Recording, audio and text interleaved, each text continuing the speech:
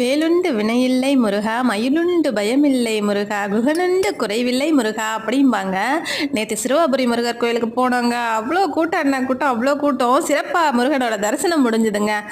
எல்லாரும் நல்லா இருக்கணும் நாங்களும் வேண்டிக்கிட்டோம். எங்களுக்கும் நல்லது செய் முருகான்னு வேண்டிக்கிட்டோம். அந்த முருகனை பார்த்து நீ நல்லா இருக்கியா முருகா அப்படின்னு கேட்கறதுக்குனே போனோம். நான் அவரை பார்த்தேங்க. அப்படியே சந்தன அலங்காரத்தில் அருமையாக நின்றுட்டு இருந்தாரு. அவரை தரிசனம் பண்ணிட்டு வெளியில் வந்தால் மயிலுங்க, அவரோட மயில் வந்து காட்சி கொடுக்குது. அங்கே போனாலே மயிலை பார்க்காம நிறைய பேர் வர முடியாது. ஏன்னா அங்கே மயில் அங்கேயே இருக்கும். நம்ம முருகனோட அருள் இருக்குன்னா அங்கே மயில் இருக்கணும் இல்லையா?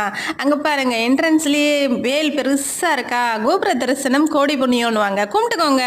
நம்ம கோவிலுக்கு போகணுன்னு அவசியம் இல்லைங்க. நம்ம முருகரை இங்கேருந்தே தரிசனம் பண்ணிக்கலாம். எல்லாருக்கும் அருள் புரிவார் அவர். வாங்க வாங்க மயில் பார்க்கலாம். அங்கே பார்த்தீங்களா மயில் அப்படி அழகாக ரொம்ப நேரமாக அங்கேயே நிற்கிது. எல்லாரும் பார்த்தாங்க அந்த மயிலை. முருகர் மயில் வடிவில் எங்களுக்கெல்லாம் காட்சி கொடுத்தார். அந்த காட்சியை நீங்களும் பார்த்து அவர் அருள் பெறணுன்றதுக்காக தான் இந்த வீடியோ போடுறேன். எல்லாருக்கும் முருகன் அருள் கிடைக்கணும்னு வேண்டிக்கிறோம். இங்கே நாங்கள் நீங்களும் வேண்டிக்கோங்க.